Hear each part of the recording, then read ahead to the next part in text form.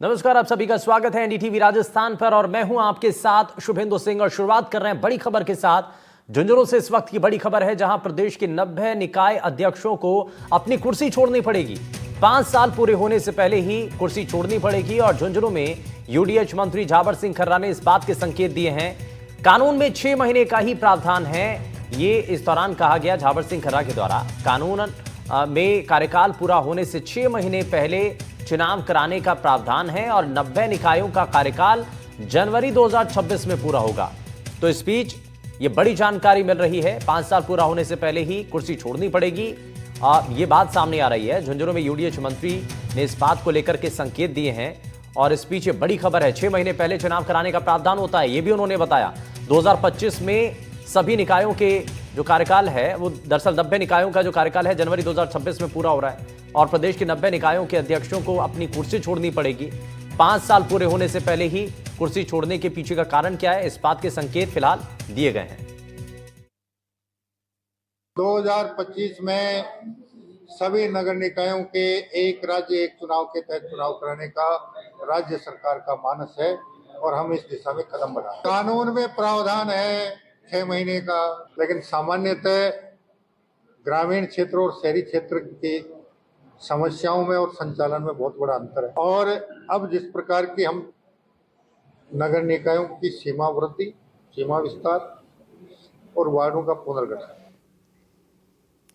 और इस खबर पर ज्यादा जानकारी के साथ हमारे संवाददाता इम्तियाज अली जुड़ चुके हैं। इम्तियाज, झावर सिंह खर्रा ने एक बड़ा संकेत दिया है और कार्यकाल से पहले ही कुर्सी से हटने के जो संकेत दिए, क्या इस पर बयान उनका क्या था?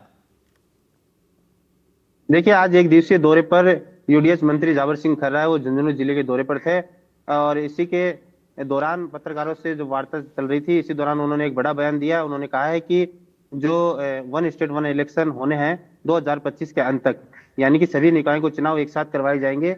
लेकिन इसमें सवाल ये निकलकर सामने आ रहा है कि प्रदेश की 90 निकाय ऐसी है जिनका कार्यकाल जनवरी 2026 में खत्म होना है। तो इससे ये लगता है कि झावर सिंह खर्रा खुद ने भी बताया है कि कानून में ऐसा प्रावधान है कि 6 महीने पहले आप जो निकाय में जो कमेटी बनी होती है, जो निकाय में जो होते हैं सभापति या जो मेयर होते हैं, उनको 6 महीने पहले भंग करने के कानून है, वो भी है। तो इससे अंदाजा ये लगाया जा रहा है कि 2025 के अंत में सभी निकायों के चुनाव एक साथ होंगे। तो जिन निकाय जैसे जो 90 निकाय हैं, उनका जो कार्यकाल 26 में खत्म होना है, जनवरी 2026 में, तो ऐसे में अपने कार्यकाल से पहले ही 90 निकायों के को जो कमेटी है उनको भंग किया जाएगा। तो इसमें लगातार वन इलेक्शन वन जो बात चल रही थी, उसमें अब ये कयास लगाए जा रहे हैं कि जो 90 निकाय है उनका कार्यकाल है वो पहले ही खत्म किया जाएगा।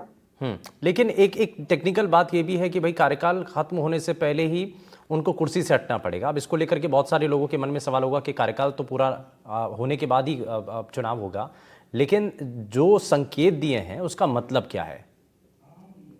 पहले चुनाव कराए जाएंगे ना? देखिए उनका जी बिल्कुल, देखिए कुछ दिन पहले झावर सिंह खर्रा जो यूडीएच मंत्री है, उनका एक बयान आया था कि नवंबर 2025 में चुनाव है, सभी निकायों के एक साथ करवाए जाएंगे। लेकिन हालांकि उन्होंने आज ये कहा है कि 2025 अंत तक है वो सभी निकायों के चुनाव वो करवाए जाएंगे।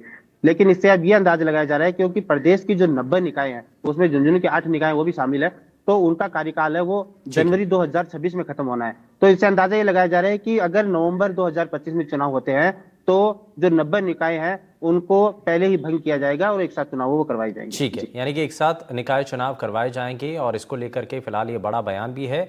बहुत शुक्रिया इस पर इम्तियाज जानकारी देने के लिए।